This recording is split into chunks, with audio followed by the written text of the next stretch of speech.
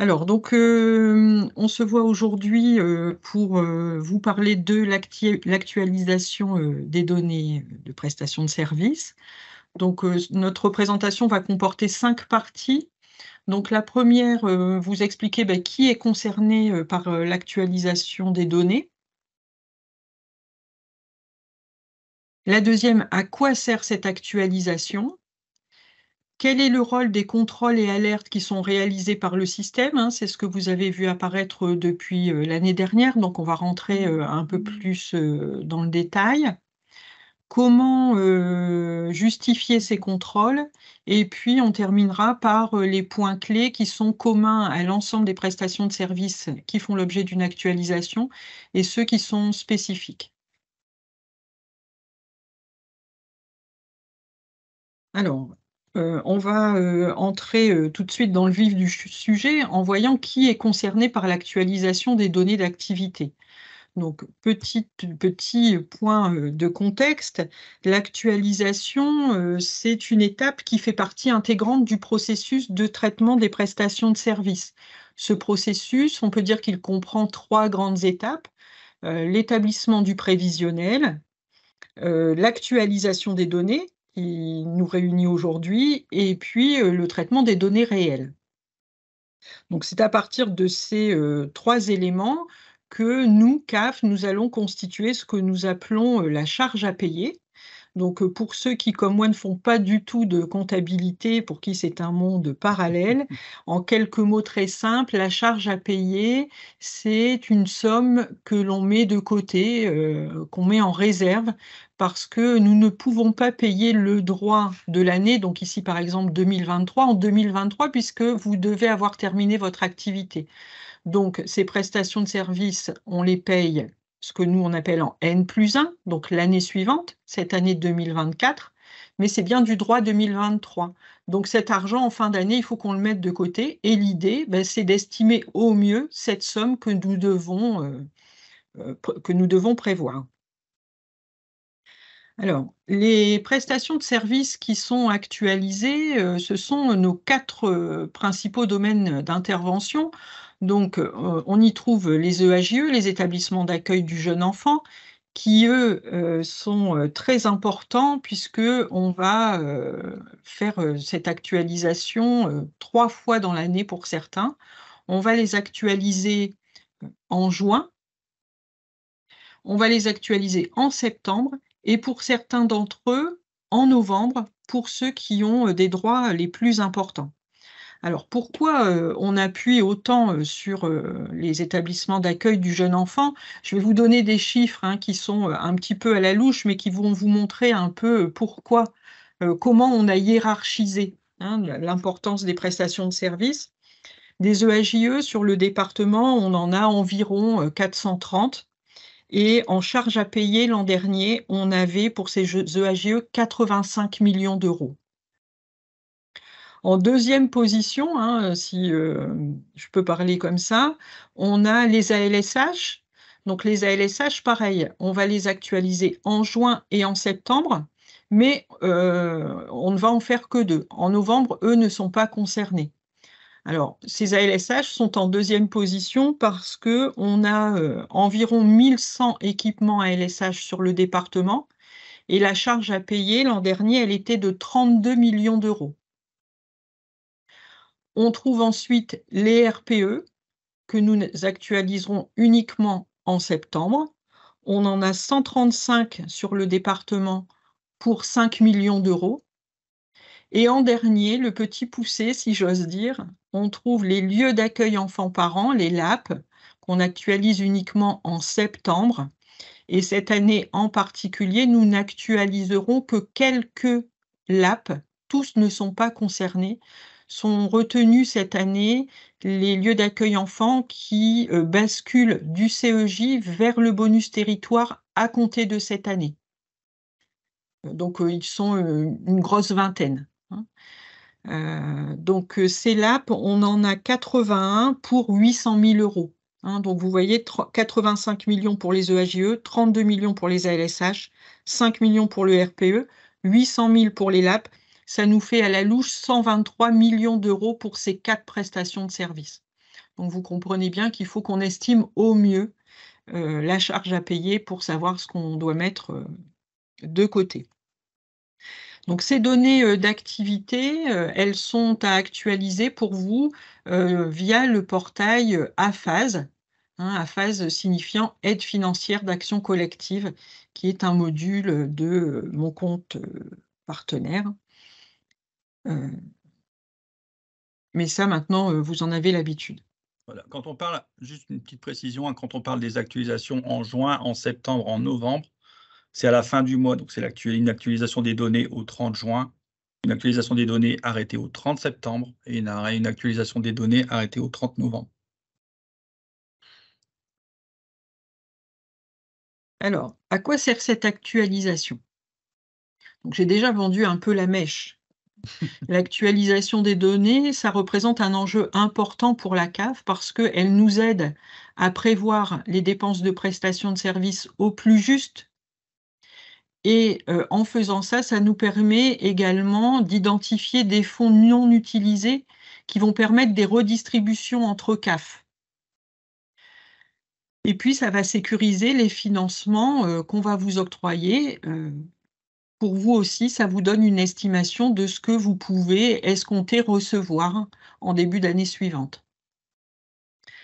Cette actualisation permet également d'identifier les évolutions significatives du fonctionnement de la structure, autant pour vous que pour nous. Ça donne des éléments d'analyse. Et enfin, ça nous permet de limiter les indus qui ne sont agréables ni pour vous ni pour nous, dans la mesure où on va déjà cerner au plus près votre activité de l'année. On peut supposer que les risques d'indus sont d'autant limités.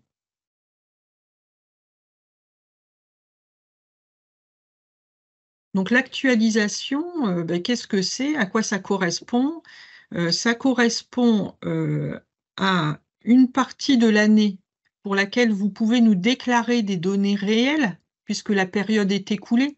Donc là, on va parler essentiellement de l'actualisation de septembre. Donc ça veut dire que vous pouvez nous donner les données réelles du mois de janvier jusqu'à fin septembre et à partir de ces données ou de vos propres projections, vous pouvez estimer la période qui reste à couvrir. Donc, c'est ainsi qu'on a des données réelles donc pour 3/4 de l'année et 1/4 restant en prévisionnel.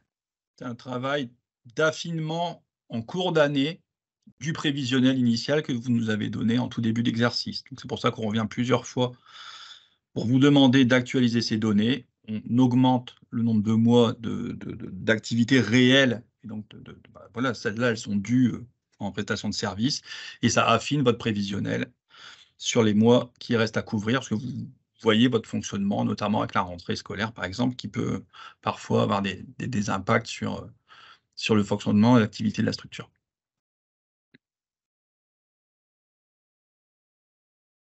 Alors, quel est le rôle des contrôles et alertes qui sont réalisés par le système? Donc, ces contrôles et alertes, c'est une nouveauté. Vous les avez vus apparaître l'année dernière, nous également. Donc, on peut dire que l'année 2022 a été une année un peu de rodage hein, pour tout le monde. Puis cette année, on rentre un peu plus dedans, on se les approprie, vous prenez l'habitude, nous on prend l'habitude aussi, mais on s'est dit que ce webinaire, il pouvait être intéressant pour recaler les choses. Là aussi, on peut apporter quelques éléments de contexte qui vont vous permettre de vous repérer. Tout à l'heure, je parlais des 3 grandes étapes dans le processus de liquidation, donc le prévisionnel, l'actualisation et le réel. Eh bien, comme on hiérarchise les prestations, puisque plus la somme est importante, plus le risque est accru, de la même façon, plus on va avancer dans l'année, plus on veut des précisions fines et donc plus on va être exigeant. Au prévisionnel, personne n'a de boule de cristal, hein, donc on y va un peu à tâtons, vous vous basez sur l'année précédente, voilà, on regarde quelques trucs, c'est assez léger. Au moment de l'actu, on va déjà être beaucoup plus attentif. Donc les contrôles et alertes vont être plus nombreux et le summum, ça va être au réel. Là, on va être super exigeant puisque c'est le droit final. Donc cela s'explique parce que les contrôles et alertes, ils servent à sécuriser les montants de prestations de services et les autres financements qui sont associés à ces prestations de services, et l'ensemble étant basé sur les données que vous déclarez. Quand je parle d'autres financements associés, pour illustrer, donc pour les EAJE, vous avez le bonus mixité sociale et le bonus inclusion handicap. Et pour les 4 EPS qui nous intéressent ici, vous avez potentiellement du bonus territoire CTG. Ces contrôles et alertes permettent également d'identifier d'éventuelles erreurs de saisie, typiquement une inversion de chiffres, des mauvaises pratiques, un point réglementaire qui peut-être n'a pas été bien compris, et de potentielles anomalies ou incohérences, parce que personne n'est à l'abri d'une erreur, et puis on peut imaginer plein d'autres choses. Donc l'idée, c'est vraiment de repérer, d'écarter au maximum les risques d'erreur. Donc c'est important de sécuriser ces données pour vous comme pour nous, pour éviter les allers-retours de déclaration. Ça ne fait plaisir à personne et ça fait perdre du temps à tout le monde. Pour être sûr d'avoir le bon financement, hein, pour prévoir aussi, vous, ce que vous allez recevoir, c'est important, pour prévoir, nous, ce qu'on va devoir dépenser. On l'a dit tout à l'heure, pour limiter les remboursements de trop perçus, un indu, ça sert à rien de trop payer à l'avance pour aller le rechercher après. Pour traiter les déclarations de données le plus rapidement possible, plus vos données sont précises et justifiées, plus on va les traiter rapidement et plus vous aurez les paiements rapidement. Et pour avoir des prévisions budgétaires fiables, je ne vais pas y revenir, je vous en ai déjà parlé.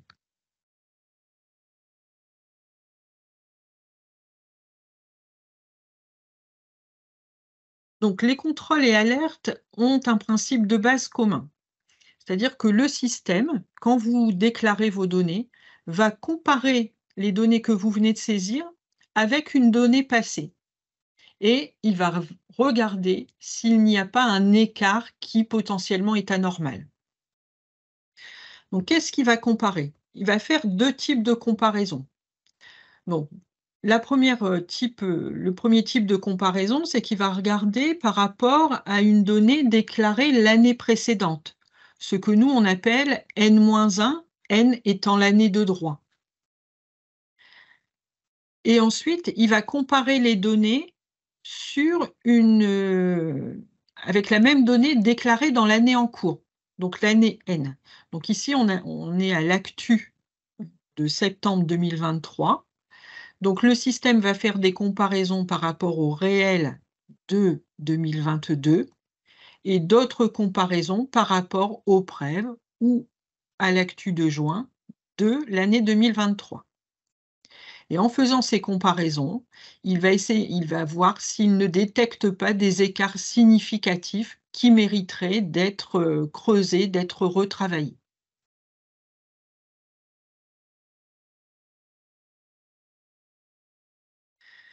Donc, ce qu'il faut savoir, c'est que chaque donnée qui est utilisée pour le calcul de l'aide est concernée par un contrôle automatisé.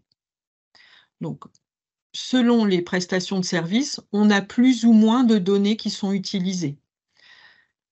On trouve les heures, les ETP, la durée d'ouverture, le montant des charges qui sert à calculer le prix de revient, les participations familiales, notamment pour les EAJE puisqu'elles entrent dans le calcul de la PSU. Donc vous voyez, tous ces éléments qui concourent au calcul doivent être sécurisés pour nous et c'est donc là-dessus que le système va attirer votre et notre attention. Ces variations, elles sont considérées significatives, donc potentiellement anormales, quand leur évolution se situe au-delà des seuils définis par la CNAF. Nous n'avons pas la main sur ces seuils. Ces seuils sont définis nationalement suite à une analyse qu'a fait la CNAF des évolutions qui peuvent être considérées comme normales d'une année sur l'autre ou compte tenu d'un contexte particulier dans l'année. Et le système va donc déclencher automatiquement ce que nous appelons un chaos. Quand tout va bien, on est en OK. Quand ça ne va pas, on est en chaos. Ça ne veut pas dire que c'est mauvais, ça veut dire qu'il faut expliquer. Cet écart, il est KO, mais peut-être il se justifie et il n'y a pas de souci. Mais en tout cas, l'idée, c'est d'alerter, c'est d'attirer l'attention. L'objectif aujourd'hui, on ne va pas vous détailler tous les contrôles, tous les seuils, parce qu'effectivement, comme Valérie l'a dit, les seuils dépendent des prestations de service, des éléments qui sont utilisés pour le calcul de votre droit. Et donc, ça, c'est des données qui sont comment dire, validées par le national. Donc voilà, la CNAF nous donne des seuils de variation. Par contre, ce qu'il faut que vous reteniez par rapport à ça, c'est que quand vous avez un contrôle qui sort en KO, ça veut dire qu'il y a un seuil d'alerte qui est franchi et que vous devez justifier la variation de la donnée. C'est vraiment ça le but et l'objectif des contrôles KO, c'est qu'un contrôle qui sort en anomalie doit être justifié. Tout à fait, hein, c'est ce que vient de dire Nicolas. Donc, en cas de contrôle KO, vous devez apporter des éléments justificatifs et explicatifs qui seront ensuite analysés par la CAF. Il n'y a que vous qui pouvez expliquer ces éléments, qui pouvez dire pourquoi il y a cet écart. Nous, après, voilà, on essaiera de comprendre, on vérifiera si ça justifie et puis soit on passe, soit on revient vers vous. Et donc ces contrôles ont également un rôle de vous accompagner dans le pilotage de votre activité. Mais surtout, il y a également les alertes pour ça. Donc les alertes, ce sont, des petits textes, hein, qui s'affichent, lorsque vous, transmettez vos données et ces éléments ne nécessitent pas de justification de votre part. C'est une information. Donc c'est une alerte, par exemple, enfin, je ne vais pas donner d'exemple parce que je voilà, mais c'est pour attirer votre attention. C'est dire: «Attention, on a remarqué qu'il s'est passé ça entre la donnée que vous venez de déclarer et la précédente». Peut-être c'est normal, peut-être tout va bien, peut-être c'est une façon de vous dire: «Attention, dans votre fonctionnement là, on part un peu, à la dérive ou on est en difficulté ou on va être bientôt en difficulté», hein. C'est ça le rôle des alertes, c'est pour ça que le message s'affiche, mais que vous n'avez pas à fournir d'explications. Ça peut vous aider aussi parfois, hein, ces alertes, à justifier un contrôle KO. Ça peut être un élément complémentaire qui vous met sur une piste d'explication d'un écart qui est constaté. Et sachez par ailleurs que, s'il y a des contrôles et des alertes qui s'affichent chez vous, cela s'affiche aussi chez nous, mais on en a d'autres qui nous sont spécifiques. La CNAF a souhaité que de notre côté, notre attention soit attirée sur d'autres points. Donc, il se peut, ne vous étonnez pas, il se peut que votre référent vous appelle en disant: «Bah, j'ai constaté ci et ça», bien qu'au moment de votre déclaration, le système ne vous ait rien dit. C'est normal, on a des éléments en plus à vérifier. Alors, on voulait attirer, également votre attention, sur un autre élément et pour ça, on a pris, quelques exemples, hein, tirés, de notre système d'information. Donc, il y a un petit code ici que vous avez peut-être remarqué déjà. Donc le C, ben, sans surprise, hein, c'est pour le contrôle et le A pour les alertes. Donc vous avez l'explication générale et surtout, vous avez une information qui est importante ici. Vous voyez, vous avez par rapport à N, par rapport à N, par rapport à N-1, par rapport à N-1. C'est la donnée de référence qui a servi à mesurer l'écart. Et c'est sur cet écart entre la donnée de référence et la donnée déclarée que vous devez apporter les justifications si vous êtes concerné par un contrôle. Vous retrouvez également l'information ici. Vous voyez, là, on est sur la variation des participations familiales déductibles de l'APS, donc on est sur un EAJE. Et le système nous dit la variation des prestations familiales déductibles de l'APS déclarée est à justifier parce qu'on est à moins 14% par rapport à la déclaration actualisée de juin. Donc surtout, faites bien attention quand vous justifiez par rapport à juin. Ne justifiez pas par rapport au prêt ou par rapport à l'activité de l'année précédente. Dites-nous pourquoi, entre septembre et juin, il y a une baisse de 14%. Donc, le deuxième exemple ici, on est sur une référence au prévisionnel de l'année N. Sur ce troisième exemple, on est sur une référence, un écart constaté par rapport au réel de l'année N-1. Et sur cette alerte, que je vous rappelle, vous n'avez pas à justifier, hein, faites bien attention aussi pour ne pas partir dans un sens qui n'est pas le bon, c'est par rapport ici au réel de l'année N-1. Vous voyez, selon les contrôles, selon la période de l'année où on se trouve, la référence qui a servi à mesurer l'écart n'est pas la même. Et vous devez justifier par rapport à celle qui vous est notifiée, je vais dire, hein, celle qui figure dans l'information du système. Donc là, on va être sur l'actualisation au 30 septembre. Donc, vous allez avoir des points de comparaison, comme on a vu auparavant, hein, qui vont être par rapport à la donnée réelle N-1, donc la donnée réelle 2022, et qui va être un deuxième point de comparaison qui va être par rapport à votre donnée prévisionnelle la plus récente dans l'exercice 2023. Donc, ça peut être l'actu du mois de juin ou ça peut être le prévisionnel initial. Donc, faites bien attention à justifier votre contrôle par rapport à ce à quoi il est comparé. Est-ce que, Nicolas, est-ce qu'on a des questions à ce stade? Eh bien, non. Eh bien, non, il n'y a pas de questions. Il y avait des questions sur la mise à disposition du diaporama. Donc ça, le diaporama, il va être mis à disposition en même temps que le webinaire sous caf.fr, hein, ce qu'on vous a dit au début. Donc, vous aurez bien toutes les informations qui seront reprises et mises à disposition. Mais sinon, pour l'instant, non, pas de questions. Alors je poursuis.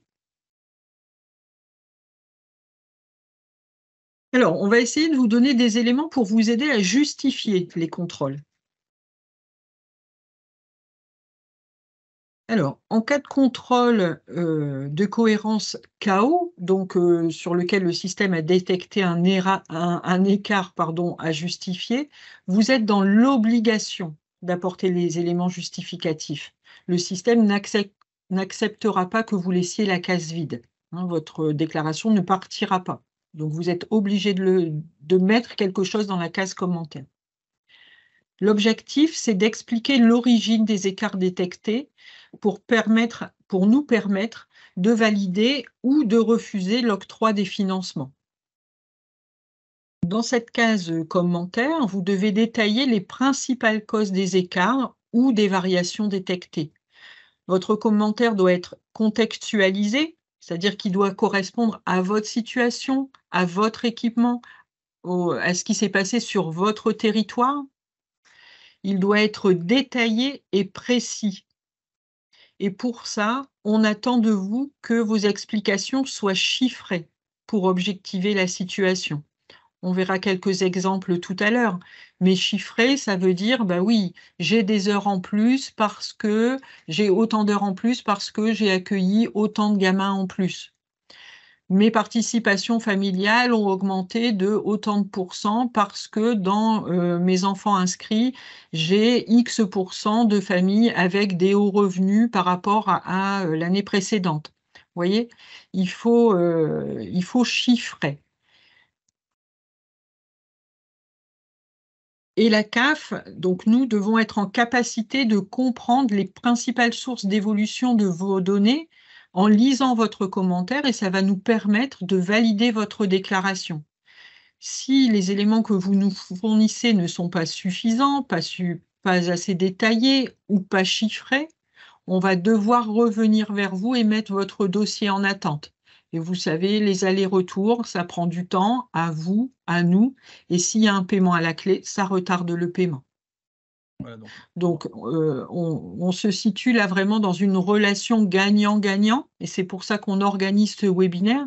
Plus on va vous donner des éléments pour comprendre l'intérêt de ces contrôles et alertes et comment les expliquer, mieux vous allez déclarer et plus vite nous on va traiter.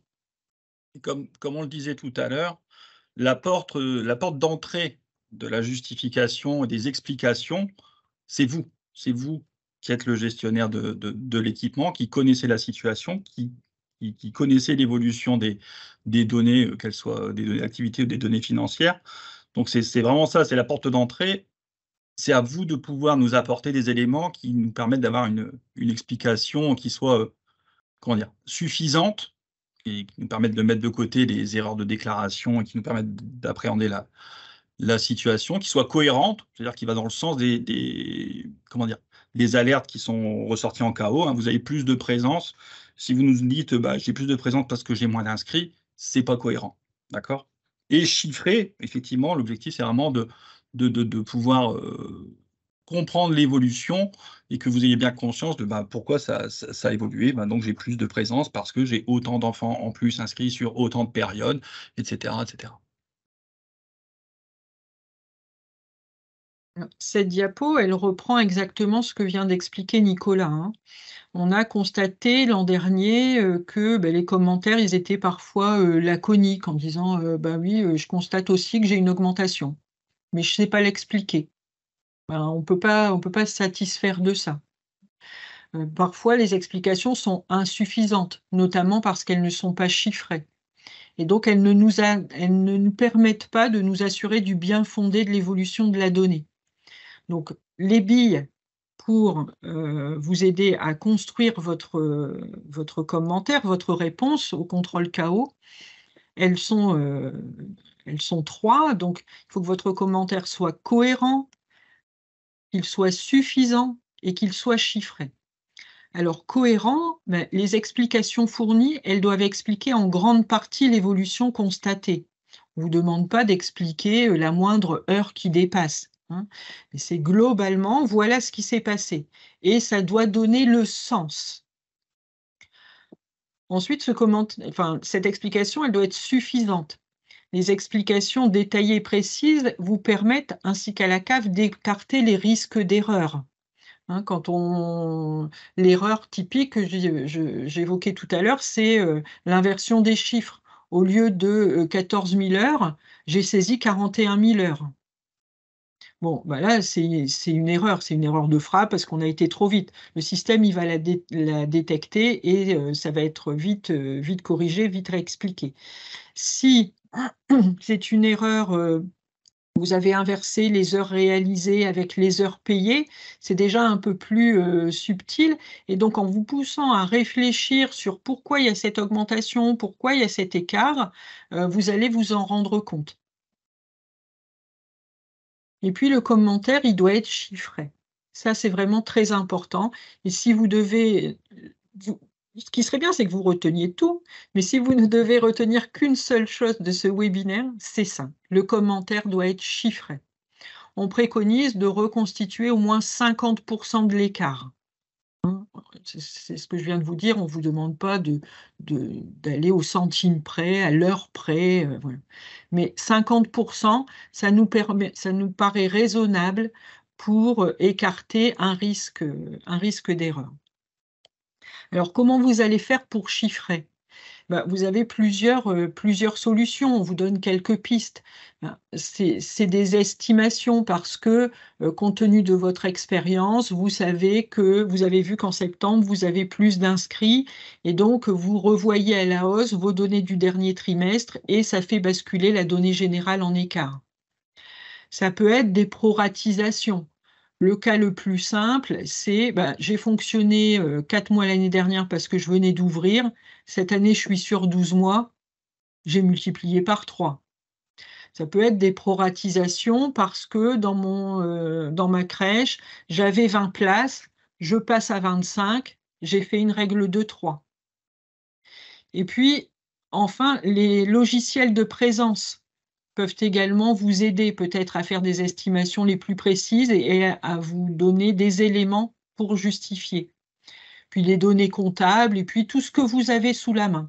Tout ce tout ce qui, pour vous, spontanément, vous vient en tête pour expliquer l'écart, exploitez-le, essayez de le chiffrer.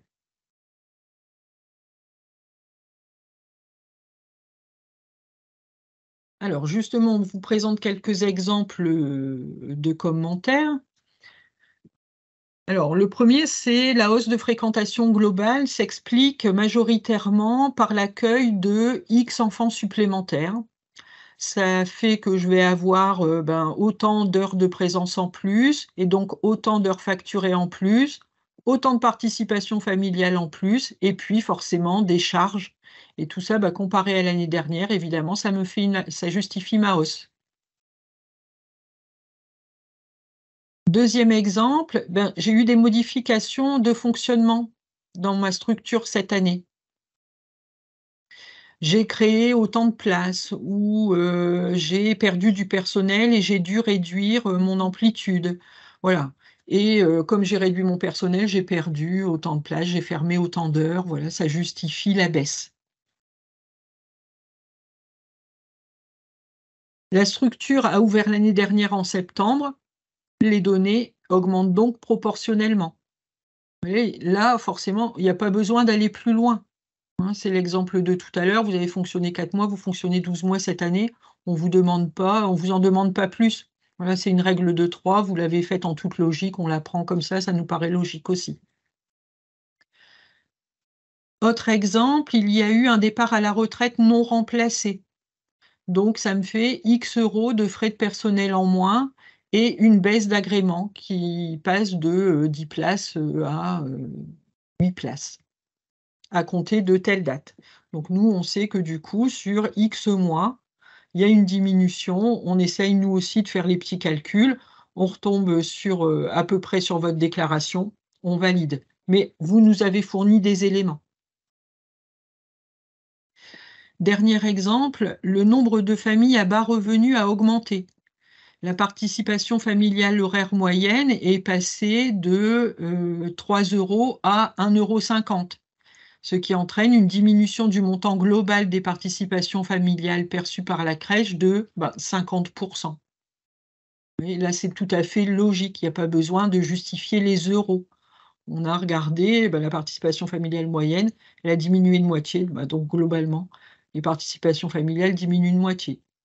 Vous voyez, si vous avez des éléments précis, vous les mettez.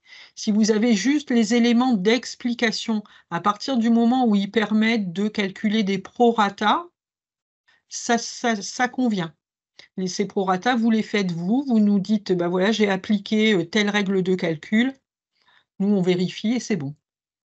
Voilà, on en revient toujours à ce cohérent, suffisant et chiffré. C'est vraiment les trois façons de rédiger et de transmettre votre commentaire et votre déclaration de données. J'imagine que là, il doit y avoir des questions ou Alors, des des commentaires. questions? Un petit peu. Alors, on a une question: «Ma déclaration sur le compte partenaire s'affiche dans l'état de déclaration refusé CAF. La différence avec un contrôle KO?» Je ne connais pas le détail du dossier, mais une déclaration refusée CAF, ça veut dire qu'il y a un retour de la part du technicien qui a traité votre dossier. C'est donc il y a, un besoin de complément ou il y a une erreur dans les données qui sont transmises. En tout cas, refusé CAF, c'est bien un retour de la part des techniciens qui traitent vos dossiers. Alors, on se demande voilà, souvent on demande le résultat des données réelles d'activité sur les périodes intermédiaires. Mais sur le résultat financier, qu'est-ce qu'on demande? Au plus proche du prévisionnel, actualisé, et cetera, et cetera. Heu, Je peux répondre si tu veux, vas-y, Nicolas. vas-y, vas-y, de toute façon, ouais, on Les a la même données réponse. financières, ne sont enfin, il n'y a pas d'obligation à les actualiser au moment, de la déclaration actu. Sauf pour les EAJE où on demande d'actualiser obligatoirement les participations familiales puisqu'elles entrent dans le calcul de la prestation de service. Mais évidemment, si vous avez des données financières qui sont actualisées en septembre, vous les mettez parce que ça peut avoir un impact sur le prix de revient. Alors, on ne le demande pas automatiquement parce que c'est un gros travail et l'impact sur le prix de revient qui sert à calculer la prestation de service, on a estimé qu'il était minime au regard de tout le reste. Mais si vous le faites, c'est très bien. Hein. La seule obligation, c'est les participations familiales pour les EAJE. Ouais. Après, si vous avez vraiment, voilà, s'il y a un gros accident de parcours ou s'il y a une grosse évolution de l'activité qui fait qu'il y a énormément de dépenses, effectivement, qui sont, comment dire, qui sont à prendre en compte, effectivement, dans ce cas-là, mettez à jour vos données financières. Ça sera, ce sera au plus juste et ça permettra effectivement de bien prendre en compte votre calcul de prestation de service, notamment dans le cadre du prix de revient. Mmh. OK. Alors, ouais. Bon, après, c'est des questions sur des nouvelles personnes en poste, qui viennent d'intégrer le poste pour avoir donc, des contacts sur leur début dans leur déclaration de données et dans leur, j'imagine dans leur apprentissage d'AFAS et des systèmes informatiques de la CAF. Donc ça, on y reviendra, à la fin, du diaporama, mais vous avez, 2 interlocuteurs privilégiés en CAF, le chargé de conseil et de développement, de votre territoire, hein, que vous connaissez peut-être plus facilement sous le nom de CCDAS, et puis, votre référent, heu, côté prestations, donc la personne qui traite vos dossiers, le gestionnaire des opérateurs sociaux, le référent, enfin, je sais qu'il a des noms différents, mais ce sont deux personnes qui peuvent vous accompagner, alors chacune dans leur domaine, hein, mais qui peuvent vous accompagner pour, vous approprier ces outils. Voilà une dernière question. Lorsqu'on déclare le nombre d'enfants présents à la crèche sur une période, le logiciel prend en compte notre agrément et déclare une anomalie. Or, on accueille à la journée plus d'enfants. Non, Je vais la je laisser sais que reposer, je vais la reprendre après celle-là. ouais, enfin, je sais pas si ça fait référence à ça, mais je sais qu'il y a un contrôle sur, le nombre d'enfants, un contrôle ou une alerte sur le nombre d'enfants accueillis. Par Et en place. effet, le système compare à l'agrément, mais là aussi, c'est pour détecter une anomalie. On sait bien que, il y a plusieurs enfants inscrits sur une place. Mais, ce nombre d'enfants, inscrits par place, il ne peut pas être, énorme. Donc, la CNAF a déterminé un seuil, et je crois que ce contrôle ou cette alerte se déclare au-delà de 3 enfants par place. Alors ça ne veut pas dire que c'est une erreur, simplement on vous dit: «Ben voilà, nous on a détecté que, vous avez 10 places et vous avez 80 enfants inscrits. Est-ce que c'est normal?» Donc vous pouvez nous expliquer. Vous nous dites: «Bah oui, c'est normal parce que j'ai un fonctionnement plutôt type halte garderie et donc j'ai des enfants différents le matin et des enfants différents l'après-midi». Voilà. C'est pas, c'est pas quelque chose qu'on refuse, simplement, on vous dit: «Attention, là, il y a peut-être quelque chose, de bizarre. Est-ce que vous êtes sûr de la donnée que vous déclarez?» C'est plutôt dans ce sens-là. Je sais pas Mmh. si la question, Il y a un si je complément, réponds à la mais question, mais que je comprends. Alors, agrément 12 enfants à la fois, à la journée, on peut accueillir 15 enfants. Alors, je ne sais pas si vous parlez de votre, logiciel de gestion, auquel cas c'est pas nous qui en sommes responsables et là on peut pas trop vous aider, mais, je vois pas par rapport à, votre déclaration de données par rapport à la phase, une question de ce type. Enfin voilà donc, c'est le cas pour les haltes garderies car on accueille par tranche de 2 heures. Oui, bah, sur les haltes garderies, vous pouvez accueillir plus d'enfants sur une journée que ce que vous avez dans votre agrément, même si simultanément vous accueillez le nombre d'enfants de votre agrément. Donc c'est bien ça. OK, bon, on est bien d'accord sur l'explication, c'est bien ça que tu viens de donner, Valérie. OK. Donc, on peut continuer? Donc, Oui, je te passe la main, Nico. Je vais c'est à reposer moi d'y ma voix. c'est à moi d'y aller du coup. OK, donc on a vu, bah, l'ensemble des principes de justification. Donc on va reprendre un petit peu, prestation de service par prestation de service, les points, clés communs et spécifiques aux aides.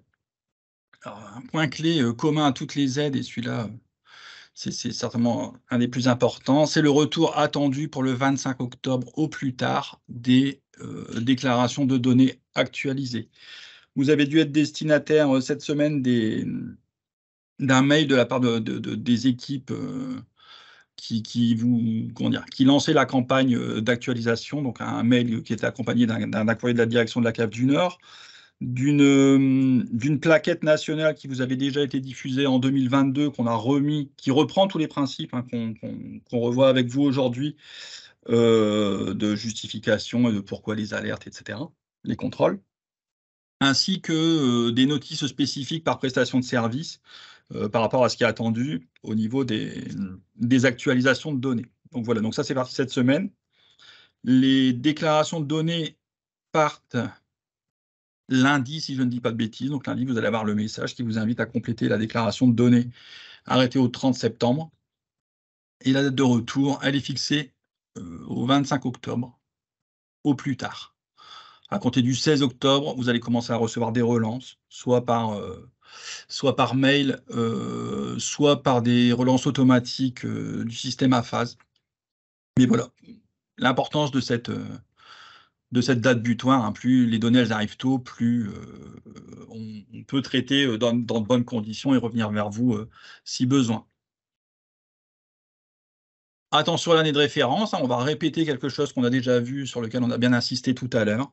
Le système effectue des comparaisons soit avec une donnée de l'année précédente, soit avec une précédente donnée de l'année en cours. Cette précision est apportée dans le détail du KO. Donc lisez bien le contrôle KO, il va vous donner la base de référence du contrôle et il faut bien justifier par rapport à cette référence et pas par rapport à une autre donnée qui n'est pas sortie en anomalie. On profite aussi pour faire un petit point sur le compte 70-623, qui est le compte de prestation de services reçu par la CAF. Donc, si vous mettez à jour vos données financières, et on en a besoin aussi d'ailleurs au moment du prévisionnel et du réel, ce compte, c'est pour estimer le montant que vous allez percevoir. Donc, avec la prestation de service, les éventuels bonus associés, comme pour les EAJE, par exemple, le bonus mixité sociale et inclusion handicap, et les bonus territoire CTG si vous en bénéficiez. Donc, toutes les modalités de calcul, elles sont reprises dans les conventions que vous avez signées avec nous. Pour les bonus EAJE, on a un utilitaire de calcul qui est disponible sous Sepia. Sepia, c'est c'est un site sur lequel vous pouvez récupérer un certain nombre de formulaires suivant les prestations de services. Et là, vous pouvez récupérer un utilitaire qui vous permet d'estimer votre bonus inclusion et mixité sociale. D'accord? Et en complément, une fois que vous avez fait votre déclaration, de toute façon, le système vous donne l'estimation du montant de prestation de service selon les données que vous venez de déclarer. Donc, si jamais vous pouvez remonter et remettre ce montant dans le budget, si jamais vous souhaitez être au plus juste au niveau de votre déclaration. Pareil, une autre petite information, c'est vrai, par rapport à la prestation de service, tu peux peut-être revenir en arrière, Valérie. Pour information, si vous ne l'avez pas, les barèmes de prestation de service ont été revalorisés suite à la signature de notre convention d'objectifs et de gestion. Donc, il y a une augmentation de un peu plus de 4% sur toutes les prestations de service. Et il y a un effort supplémentaire même qui est fait sur la PSU pour les EAJE, où il y a une revalorisation des plafonds de prestations de services de 6,71%.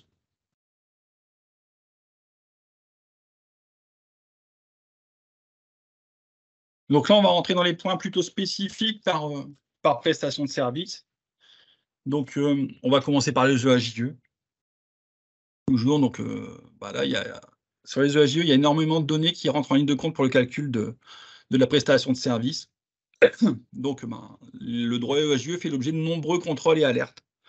On va étudier la variation des charges, donc la variation des charges par rapport à l'exercice précédent et par rapport à votre dernière donnée prévisionnelle validée par la CAF. On va étudier la variation des participations familiales, parce qu'elles viennent en déduction de la PSU qui est calculée. Donc, toute variation de participation familiale influe sur votre droit.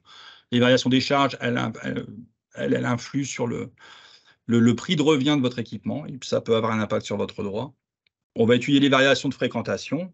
Voilà, voir si vous avez plus ou moins de présence facturée ou réelle que ce que vous aviez déclaré précédemment.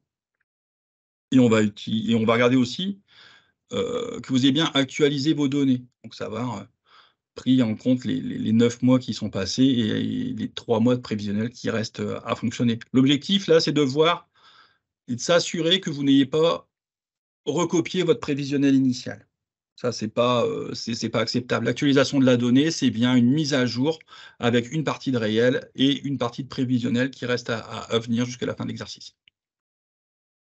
Alors juste, pour, faire un lien avec ce qu'on disait, tout à l'heure, les gestionnaires de AJE, si parallèlement ils sont également gestionnaires d'ALSH, doivent se dire vraiment: «On s'acharne sur les EAJE» parce que, si vous comparez les 2, on vous demande beaucoup plus de choses, hein. Donc Nicolas vient de le dire, c'est lié au fait que beaucoup de données entrent en compte dans le calcul de la prestation de service.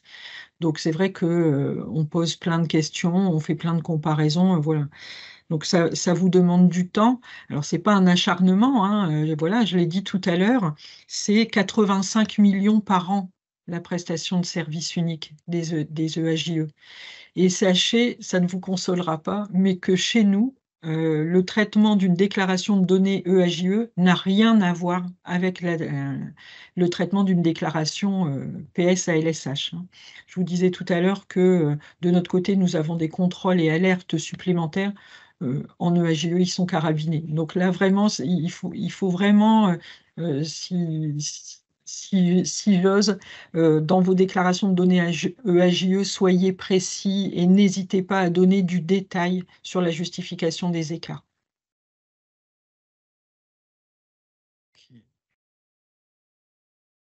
Hop. Alors, un petit point spécifique encore pour les EAJE. Il y en a pas que pour eux, hein, mais là, c'est une nouveauté du système d'information.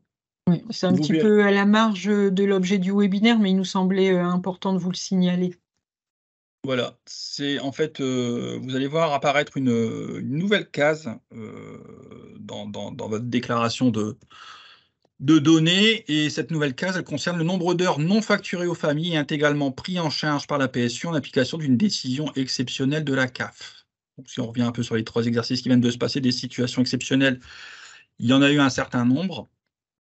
Et donc la CNAF a pris les devants et a intégré dans le système d'information le fait qu'on puisse déclarer des heures non facturées aux familles sur décision et sur application stricte d'une décision de la CNAF. Voilà. Pour l'instant, aujourd'hui, pour votre déclaration d'actu, ça c'est important à retenir, hein, pour tous les EAJE, vous ne devez pas déclarer de données dans cette case. Elle est mise à disposition, elle n'est pas verrouillable, mais déverrouillable en fonction des besoins. Donc là, elle est déverrouillée. Par contre, vous ne devez absolument pas inscrire de données dans cette case. Si jamais vous y mettez quelque chose, on vous retournera votre déclaration de données. Valérie, pas de complément, je crois qu'on a fait le tour de la... Oui, non, enfin, c'est vraiment, oui, pour des situations exceptionnelles, pour faciliter le traitement et pour avoir des informations complémentaires. Alors vraiment, on insiste, hein, cette année, vous ne devez rien ni déclarer et vous n'y mettrez un chiffre que lorsqu'on vous invitera à le faire. Mais pourquoi ça a été créé? Quel est le sens de ça? Comme dit Nicolas, dans les 2 ans, 3 ans qui viennent de passer, on a eu quand même des situations un peu exceptionnelles. On a eu avec le Covid, avec la crise sanitaire, la Caisse nationale a créé une aide exceptionnelle pour les EAJE et donc pour ceux qui ont été concernés, vous savez que vous avez dû tenir une comptabilité, à part, remplir un questionnaire à part. Chez nous, ça a nécessité aussi un traitement à part, un paiement à part. Voilà. Donc l'idée, c'est de faciliter ça. Si on ne souhaite pas que ça se reproduise, mais si ça devait se reproduire, cette case permettrait de gérer la situation beaucoup plus facilement. De la même façon, vous avez été invité à ne pas faire payer les heures pour les enfants ukrainien, eh bien, cette mesure pour la CNAF a un coût et aujourd'hui, on ne peut pas le mesurer. Pourtant, ça impacte nos budgets, nos enveloppes qui sont négociées avec l'État. Et donc, cette case, si on l'avait utilisée, si elle avait existé à ce moment-là, on l'aurait utilisée et on aurait pu chiffrer, voir quel était le coût de cette mesure. Donc voilà, l'idée de cette case et potentiellement, elle servira à compter de l'année prochaine lorsque la situation le justifiera et on vous en informera.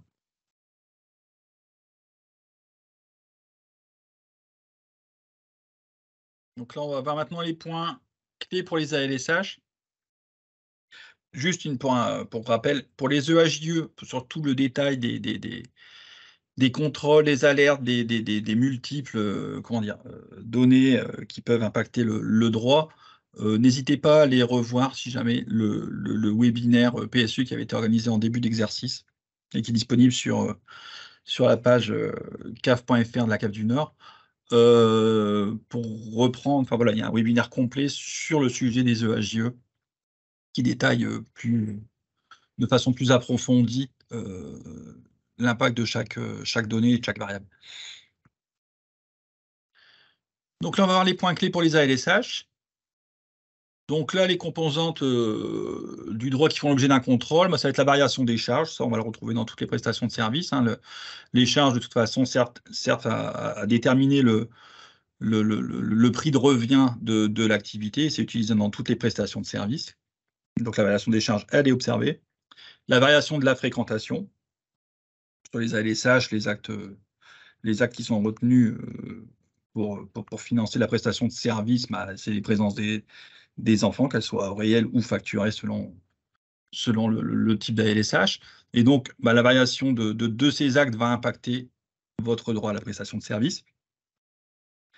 Et pareil que pour les EHIE, l'actualisation obligatoire, donc bien s'assurer qu'on a bien une actualisation avec 9 mois d'activité réelle déclarée et un prévisionnel sur les mois restants de fonctionnement. Pareil, s'assurer qu'on ne va pas avoir un report à l'identique d'une déclaration prévisionnelle initiale ou d'une donnée de l'année passée.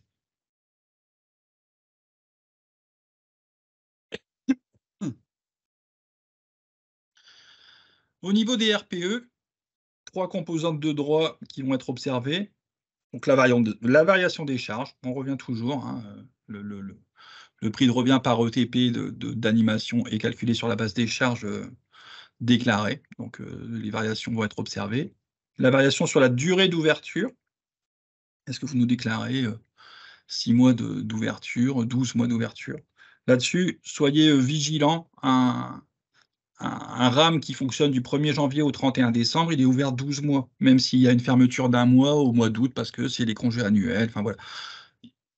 Les congés font partie d'un fonctionnement normal et d'un équivalent temps plein, par exemple, de fonctionnement. Donc, pensez bien déclarer 12 mois de fonctionnement, même s'il y en a un qui est fermé pour congé.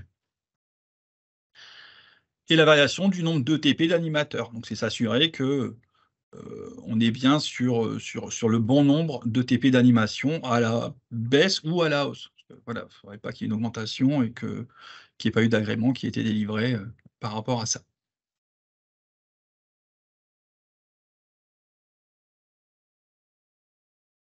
Et pour les LAP, on va regarder quoi pour les LAP? On va regarder essentiellement les mêmes choses, toujours, la variation des charges pour calculer le prix de revient horaire, la durée d'ouverture, combien vous avez fonctionné sur l'exercice, donc c'est le nombre de séances multiplié par l'amplitude des séances, et la variation du nombre d'heures d'organisation. Voilà, c'est toutes les données qui rentrent dans le calcul du droit. On va calculer un prix de revient horaire, on va multiplier par le nombre d'heures d'ouverture, et on va le multiplier par aussi le nombre d'heures d'organisation dans la limite de 50% de la durée d'ouverture de l'équipement.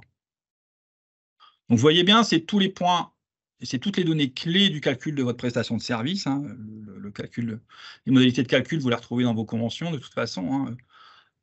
Il y a bien le détail de la prestation de service, de comment elle est calculée. Et c'est toutes ces données-là qui sont observées par le système, et chaque variation, suivant les seuils qui sont définis par la Caisse nationale, vont sortir en KO et si besoin, donc, à justifier de votre côté. Nicolas, si tu veux bien, je vais passer la diapo suivante qui est la diapo de conclusion. Mais ce que je voulais dire, c'est que allez-y, posez toutes vos questions. On a largement le temps après d'essayer d'y répondre, hein. Donc, celles qui sont posées, là, je les ai notées. On va les reprendre juste après la conclusion parce qu'il y a des petits éléments dedans. Ouais. Hop. La conclusion. Donc oui, alors voilà, on a une liste de contrôles et d'alertes qui est aujourd'hui définie. Cette liste, elle est susceptible d'évoluer. Ça, voilà, on n'est pas, il est possible qu'il y ait des alertes qui deviennent des contrôles, ou que la CNAF se rende compte qu'il y ait des contrôles, complémentaires à mettre, ou qu'il y en a qu'il y a des contrôles, des alertes qui ne servent pas, qui vont peut-être, enfin voilà, qui vont peut-être être supprimés. Il n'y a pas de ce qui est là aujourd'hui, c'est ce qui est à faire, à justifier, à expliquer. Après, ça peut évoluer sur les exercices, et sur les déclarations à venir, que ce soit pour du réel, du prévisionnel. Voilà. Alors, des données déclarées assorties d'une justification cohérente, chiffrée et suffisante permettent le calcul d'un droit légitime et justifié dans un délai raccourci. Moi, ça, c'est ce qu'on vous a dit, pendant la présentation. De toute façon, hein, plus les données sont justifiées, plus vite nous on peut valider vos données et ça accélère le processus pour tout le monde, ça évite des allers-retours, ça permet d'accélérer les paiements, ça permet de calculer au plus juste votre droit à la prestation de service. Donc pour les déclarations de données, le gestionnaire des opérateurs sociaux est votre interlocuteur principal. C'est lui qui va vous répondre, qui va répondre à vos questions et vous accompagnera dans les démarches. Et le chargé de conseil et développement en action sociale, lui, peut également vous accompagner dans votre réflexion pour la mise en place, si besoin, de mesures visant à l'amélioration du fonctionnement de votre structure, projet d'investissement ou comment améliorer l'attractivité ou voilà. N'hésitez pas à les contacter et à échanger avec eux sur ce type de sujet. Valérie? Oui. Voilà, du coup, voilà, je vais prendre les commentaires qui sont dans le chat et puis pendant qu'on va échanger, peut-être il y en a d'autres qui Ouais. viendront. Alors, quelqu'un nous dit le bonus CTG est également à inclure dans le compte 70 623 point d'interrogation. Oui, la réponse est oui. Ce sont les financements CAF qui sont liés à l'équipement et donc ils doivent figurer dans le compte 70 623. Comment le calculer? Alors là, pour le coup, on n'a pas d'utilitaire, mais on a la chance que quand on est passé du CEJ au bonus territoire, la volonté de la CNAF a été de simplifier les financements. Donc les modalités de calcul, elles sont dans les conventions que vous avez signées ou les avenants bonus territoire que vous avez signés. Globalement, je ne vais pas les détailler ici parce que ce n'est pas l'objet, mais globalement, c'est plutôt simple. Vous verrez, vous avez dans votre convention ou votre avenant un montant qui est notifié pour l'offre existante.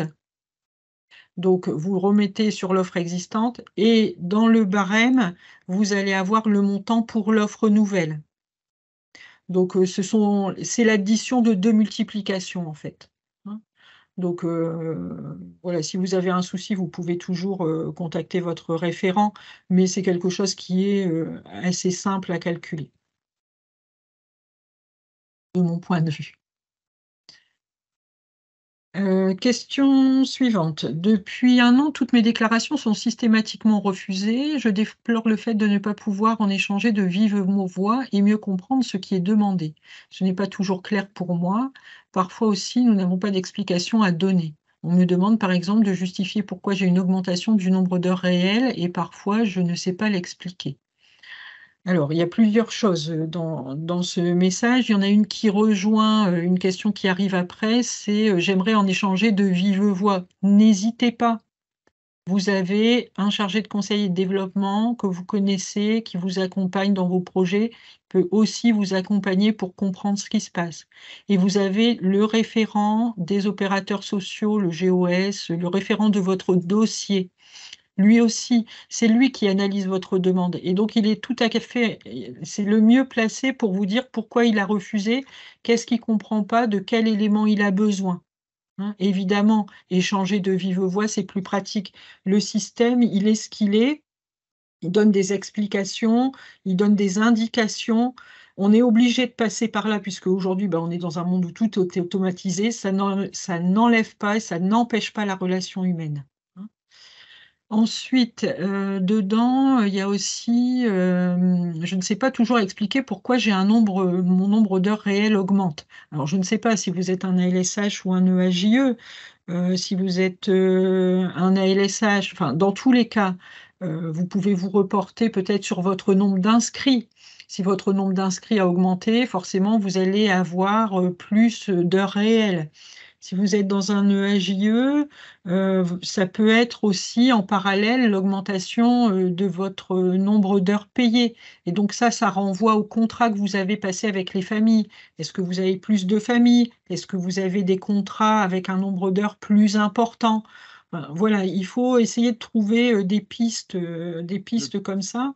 Il peut Et y si avoir le vous êtes un calendrier, on va dire. EAJE, je vous renvoie, Nicolas le disait tout à l'heure, au webinaire que nous avons organisé le 20 janvier sur la déclaration des données PSU. Vous pourrez également y trouver des éléments. On vous mettra le lien dans la conversation.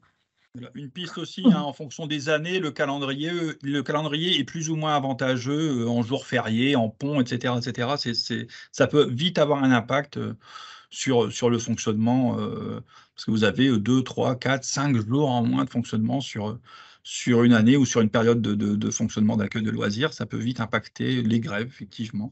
Ça peut impacter le fonctionnement des équipements et la baisse ou la hausse de l'activité. Est-ce que les montants des différentes PS sont déjà disponibles? Ils sont Oui, disponibles. le barème est disponible dans Sepia et le système vous calcule, on disait tout à l'heure, vous calcule à la fin le montant de la subvention et il tient compte de la revalorisation du barème. Avez-vous des informations à nous donner concernant la déclaration du chargé de coopération? Alors, le chargé de coopération n'est pas concerné par la campagne d'actualisation, en tout cas cette année. On va présager de l'avenir, mais en tout cas cette année, il n'est pas concerné. Je ne sais pas de quelles informations vous avez besoin, mais là aussi, CCDAS, si c'est de l'accompagnement, la compréhension de la convention, de l'avenant que vous avez signé, l'intégration dans le système, la nomination des correspondants, hein, ce qui est indispensable pour qu'on puisse traiter votre dossier. Tout ça, le CCDS peut vous accompagner et votre référent. Et donc justement, la question suivante, c'est où trouve-t-on les coordonnées du gestionnaire des opérateurs sociaux? Donc là, je vais demander aux collègues peut-être de confirmer ce que je vais dire par écrit dans le chat, mais il me semble que ces coordonnées sont reprises sur toutes les notifications qui sont envoyées. Je sais qu'il y a des collègues GOS ici, si vous pouvez me Nous faire confirmer. nous faire un pouce.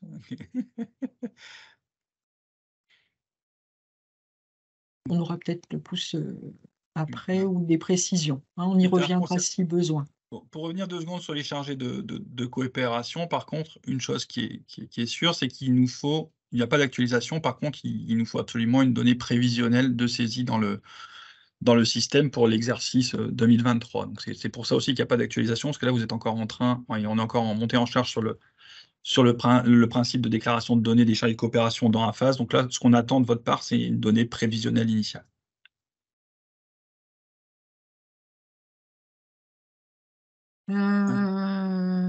Doit-on encore faire des dossiers version papier pour d'éventuels contrôles en présentiel? Ça ne me parle pas du tout.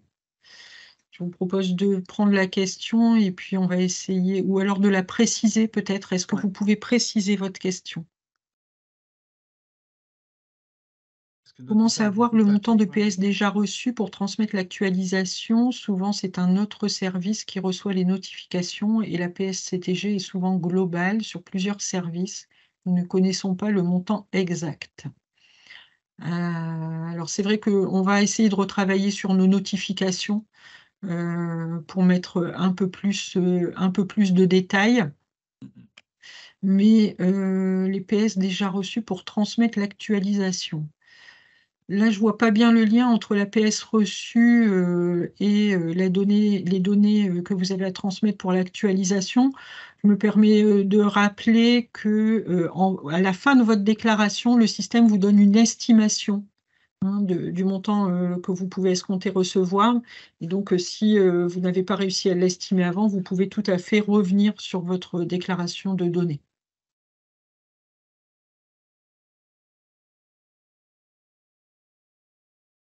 C'est par la MSA. Et La bien, pour question suivante, oui, qu'en est-il des paiements complémentaires versés par la MSA? eh bien contacter la MSA. Là-dessus, on n'a pas de visibilité, hein. C'est en plus dans le cadre d'un échange entre, la Caisse nationale, entre la CNAF et la CCMSA, donc même l'échange de données, je ne saurais pas vous dire, ce qu'il en est. S'il est prévu que vous ayez un paiement complémentaire, de la MSA sur 2022, il va arriver. Quand je ne peux pas m'avancer, pour les services de la MSA. Alors, peut-on avoir le détail des paiements? On l'a évoqué. Pouvez-vous définir exactement les tranches d'âge, moins de 6 ans, plus de 6 ans et ados? Ah, c'est On répondra peut-être dans la fac à ça. ouais, ça, on va refaire un point sur la fac parce qu'en plus, on a les entre la définition de chez nous, la définition de la DDCS, c'est pas toujours, Donc, on le mettra dans la foire aux on questions. précisera On est dans un la peu hors sujet. ouais. Je regrette que le nombre de webinaires organisés pour couvrir autant de sujets soit limité. Dans le cadre de mes responsabilités en tant que chargée de coopération, il est parfois difficile de concilier cela avec mon travail quotidien. Notre contact à la CAF semble débordé et ne peut pas nous offrir une formation adéquate sur le logiciel APHASE. J'aimerais également souligner que lors du dernier webinaire, le compte-rendu nous a été transmis avec un certain délai. Serait-il possible de recevoir ces présentations plus rapidement à l'avenir? Alors, on fait de notre mieux.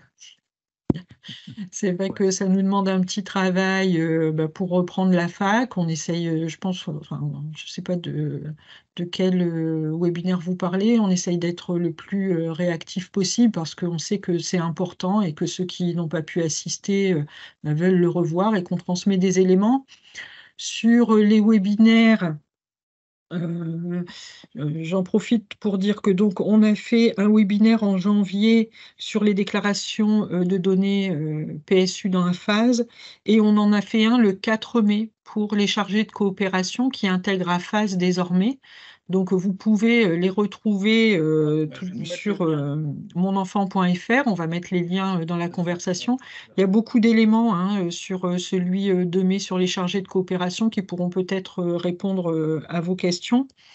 Et puis, sachez aussi que on développe depuis l'an dernier des tutos, des tutoriels.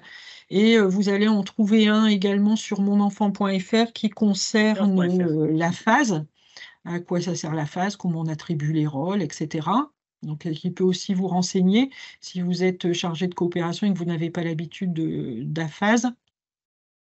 Et puis, il y en a un à venir sur les différents outils qui sont utilisés à la CAF du Nord. Alors, quand je parle d'outils, ce sont justement tous ces logiciels, toutes ces applications dont on parle régulièrement, APHASE, Sepia, Mon Enfant, voilà. Donc, qui va vous aider à resituer, je me sers de quoi pour faire quoi à quel moment, globalement. Là, je viens de mettre dans le fil de conversation, alors il y a des messages un petit peu dessus, le lien vers la page des webinaires sur CAF.fr, hein, donc tous les webinaires qui ont été organisés par la CAF du Nord. Et j'ai mis également le lien vers la page ressources et documents, où vous trouverez les tutos vidéo. Super. Voilà, donc il y a 4 tutos, hein, pour l'instant, le service à phase, l'espace sépia, l'outil Élan et la signature électronique. Donc voilà, les principales, les tutos disponibles pour l'instant avec des tutos à venir encore sur cette page. Alors, je m'interroge sur le calcul du bonus mixité qui encourage les gestionnaires à refuser d'accueillir les parents ayant des revenus les plus élevés, pratique déjà entendue. En effet, dans ma structure, nous ne pouvons pas en bénéficier alors que la mixité sociale est très présente, parce que les revenus les plus élevés font augmenter le tarif moyen. Alors, on ne va pas s'étendre sur le sujet parce que ça n'est pas l'objet du webinaire. J'entends la remarque. Je vous invite, alors c'est quelque chose qui est indépendant de nous, hein. Vous vous doutez bien que c'est une réglementation nationale. On peut faire remonter ce genre d'éléments. Il faut quand même bien revenir sur le sens du bonus mixité et donc je vous invite vraiment à discuter de ce sujet avec votre chargé de conseil et de développement et puis l'inviter à ce qu'il nous fasse un retour si besoin, hein. Voilà. Le référent financier n'est pas toujours disponible par téléphone. La communication se fait uniquement par mail lorsqu'il y a un retour. Je pense que je me mouille pas trop en disant que malheureusement, hein, comme partout, comme chez vous, comme dans vos structures, on a une charge de travail qui est conséquente et on organise chacun nos journées comme on peut. Je pense que la volonté de tous mes collègues, hein, quel que soit leur métier, c'est d'être le plus disponible possible. Mais voilà, on a des contraintes et chacun fait au mieux. Insister par téléphone, il y a un moment où il y aura une communication et par mail, au moins convenez d'un rendez-vous téléphonique, peut-être, c'est ça qui est plus simple.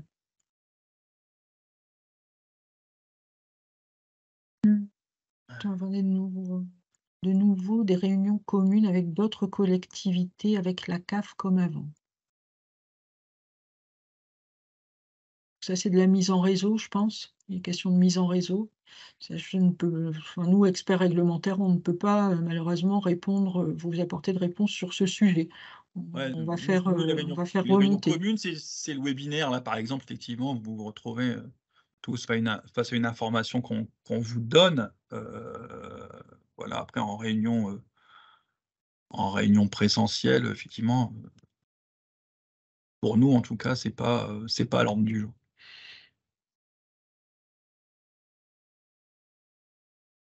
Je continue à lire, hein. Ouais, ouais, ouais. On demande. Le bonus territoire est-il intégré dans le calcul de l'APS qui nous est transmis sur la phase en fin de déclaration lors de la vérification avant la transmission? Pour moi, oui, hein. Normalement, oui, c'est le montant total de la prestation de service qui est calculé avec les données intégrées dans le système. Donc, si vous avez un bonus territoire qui est prévu et qui est intégré, si vous avez complété les cases spécifiques, s'il y en a à compléter, normalement, le droit apparaît. On fera une vérification, on en Ouais. parlera avec nos collègues qui sont spécialisés dans le système d'information et puis on mettra cette On question reprendra. avec la réponse exacte dans la foire aux questions. Oui, depuis tout à l'heure, je parle de fac, j'imagine que tout le monde a compris que c'était une foire aux questions. Lorsqu'on a des baisses d'accueil du nombre d'enfants accueillis dû à des arrêts maladie, doit-on recalculer la capacité d'accueil théorique ou modulée? La capacité d'accueil théorique, c'est le nombre d'enfants multiplié, enfin le nombre de L'agrément. places multiplié par l'amplitude annuelle d'ouverture. Si vous ne fermez pas de place, si vous ne fermez pas certains jours, si vous ne réduisez pas l'amplitude horaire du fait de ces absences, votre capacité théorique ne diminue pas. La capacité théorique, c'est l'application de votre agrément. Après, si effectivement vous avez des arrêts maladie, des personnes qui s'absentent pendant un certain temps, qu'elles ne sont pas remplacées et que ça impacte à la baisse votre capacité à accueillir des enfants, bah, vous devez réduire le nombre d'enfants que vous accueillez. Ça, par contre, voilà. Mais tant qu'il n'y a pas de modification d'agrément, il n'y a pas de recalcul à faire par rapport à ça. C'est bien l'agrément qui est à prendre en compte. Alors, c'est rigolo parce que il y a des questions et il y a des gens qui répondent, donc c'est C'est vrai, bien. ça c'est bien. Les Bah, réponses voilà, sont bonnes en plus, c'est hein. la mise en commun. Bah, Oui. c'est ça la mise en commun. On en revient aux réunions communes entre les partenaires. Donc oui, il y a toujours des contrôles CAF sur place et oui, il y a toujours. Ouais, donc c'était peut-être ça les contrôles en présentiel tout à l'heure, Ah, auxquels faisait peut-être, oui. référence, une des questions. Oui, il y a toujours des contrôles, sur place et il faut bien effectivement les justificatifs, nécessaires, alors qu'ils soient papier ou qu'ils soient par des extractions de votre système informatique et cetera. Oui, enfin voilà, il y a toujours les éléments justifiants de votre activité auprès du contrôleur. Alors, pour les dossiers 2024, pouvons-nous les visualiser dès que possible, début d'année 2024, afin de préparer en amont et travailler chaque mois sur les données que nous devrons vous communiquer au fur et à mesure? Euh, non, je vais répondre non. On ne peut pas les mettre à disposition très en amont, parce qu'il y a un risque de confusion, parce que chez nous, ce n'est pas toujours disponible non plus. On a des dates de campagne à respecter, hein. On fait pas ce qu'on veut. Et puis, pour savoir en amont quelles données vont vous être demandées, globalement, on demande toujours la même chose, hein. Ce qu'on disait, c'est que les contrôles et alertes peuvent évoluer, mais sur les données à déclarer, globalement, enfin, a priori, jusqu'à ce que les réglementations restent celles qu'elles sont aujourd'hui, il n'y a pas de raison que ça évolue.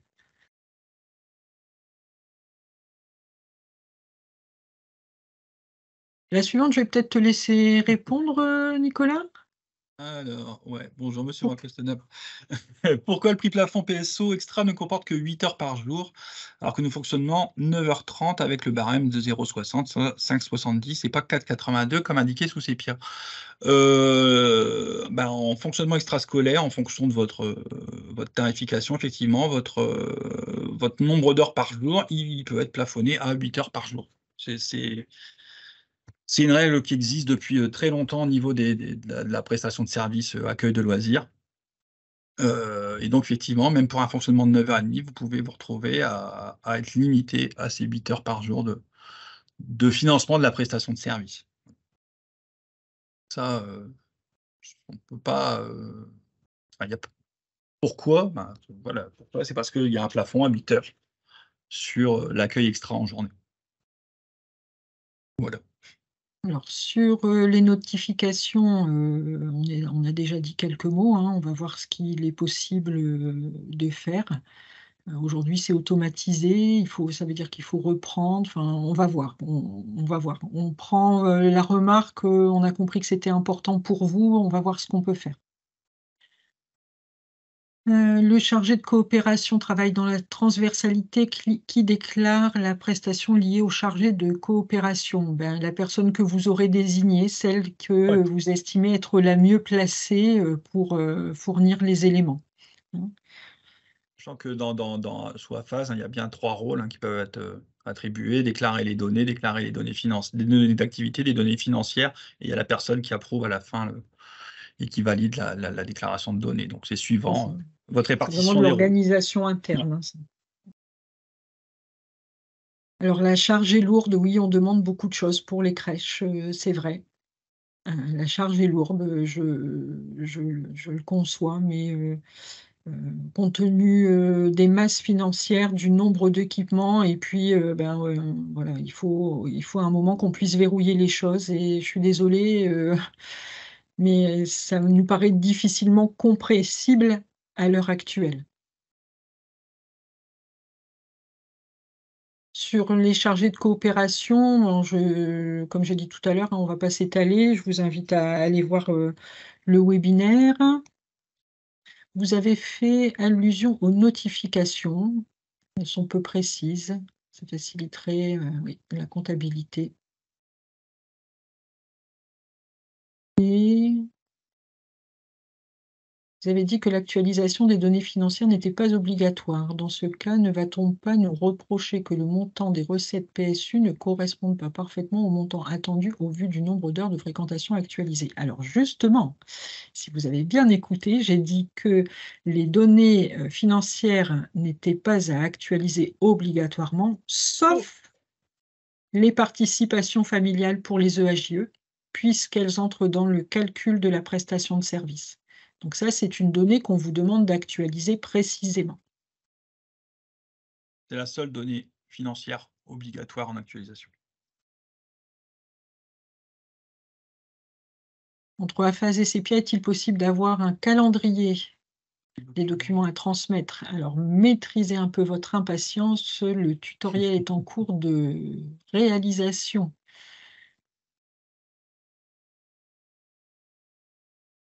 Webinaire. C'est sur caf.fr les webinaires. les webinaires et tutoriels, vous les retrouverez sur caf.fr et non pas sur monenfant.fr. Allez-vous suivre l'augmentation des salaires prévus par Elisfa? Alors moi, je ne sais pas du tout ce que c'est Elisfa, mais tout ce qui est prise en compte des augmentations de salaires liées à des conventions collectives ou ce genre de choses, c'est au niveau national que ça se fait. Et en général, la CNAF essaye de suivre, mais c'est aussi en fonction des budgets dont elle dispose qui ont été négociés avec l'État. Donc ça, ce sera les mises à jour de barème qui pourraient aller dans ce sens-là. Mais pour l'instant, on n'a pas eu d'infos sur ce sujet.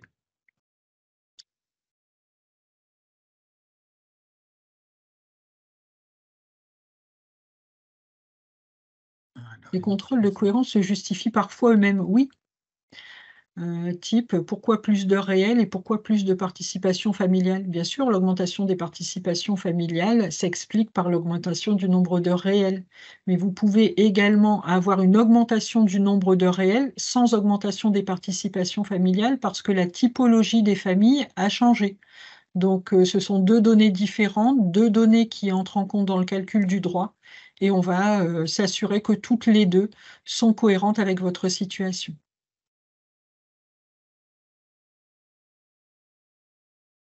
Alors, je ne sais pas si il y a d'autres sujets. Je vais regarder rapidement pour pouvoir vous libérer. De toute façon, on va vous reprendre une majeure partie des questions, hein, de toute façon dans la FAQ qu'on vous mettra à disposition. Les dispositions sont toujours actuelles en 2023.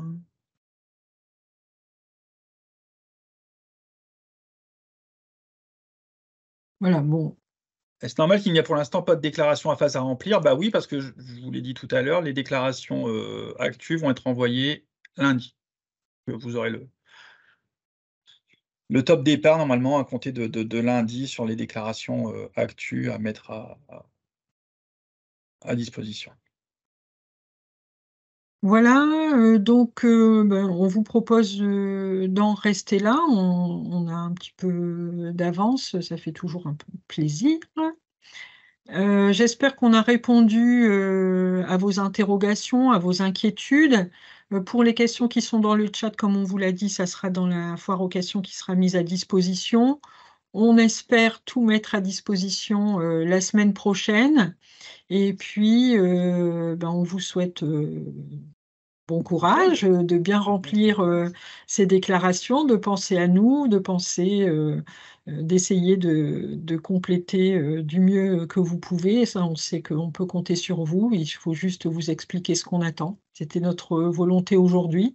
Et puis, n'hésitez pas à contacter vos interlocuteurs habituels, donc le CCDAS et ou le référent des opérateurs sociaux en fonction chacun, qui vous apporteront les réponses chacun en fonction de leur métier. Voilà. Eh bien, bonne journée à toutes et à tous et merci de votre attention.